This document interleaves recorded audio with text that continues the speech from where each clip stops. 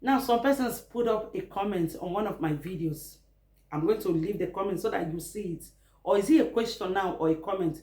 Probably it's a question. They've heard it, they've seen it, or they've watched it. Because so many South Africans, they watch Nollywood movies. That's why some of them see that Nigerians, they do rituals, but it is just a movie. Those things you see, they are fictions. They are not real. They are just trying to entertain us. That is by the way. Now, this is what somebody said. They said, why is it that in Nigeria, when someone dies, they keep the person for so long before they bury the person? But in South Africa, max is 2 weeks. Now, let me clarify some things. In Nigeria, if you are a Muslim, like a Muslim family, someone dies in that family, they bury the person that day. It doesn't exist that day. They bury the person that day. That is Muslim for you. But if you are a Christian, maybe in that family someone dies, they don't just bury the person.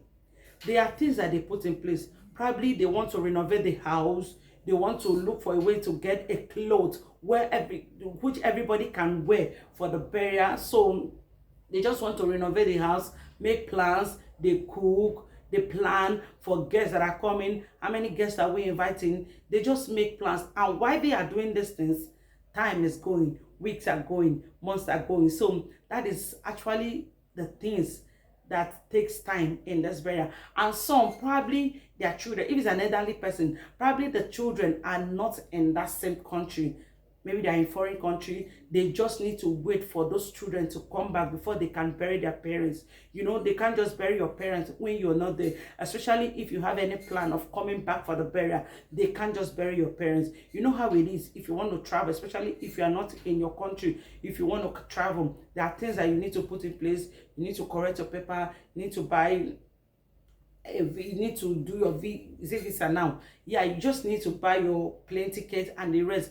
And there, those things takes time as well. So that is why most of these things takes time. It's not like they just want to keep the person. Oh, we are leaving this person. And some again is because of financial constraint. When you are not financially buoyant, because in some part of Nigeria, before you can bury anybody, there are things that you need to put in place. There are things you just need to put in place. Now, if you are taking the person back to the village, probably the person is in the city, you are taking the person back to the village. And when you take the person back to the village, if the person is not in any committee, like there's something we call Munna, Ada, and the rest of it. If the person is not in any of this, they have to register the person in the group.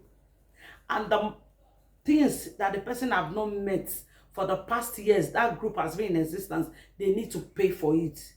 The family of the deceased need to pay for it before they can bury the person. So these things, the family need to put everything in order, need to have everything that is needed, especially if they are taking the person back to the village. Another thing is that if it is a traditional ruler that dies, they don't just bury the person like that. Like, as a traditional man, as someone that is in charge of a community, of a village, they don't just bury the person like that. There are some traditional rites that will go on.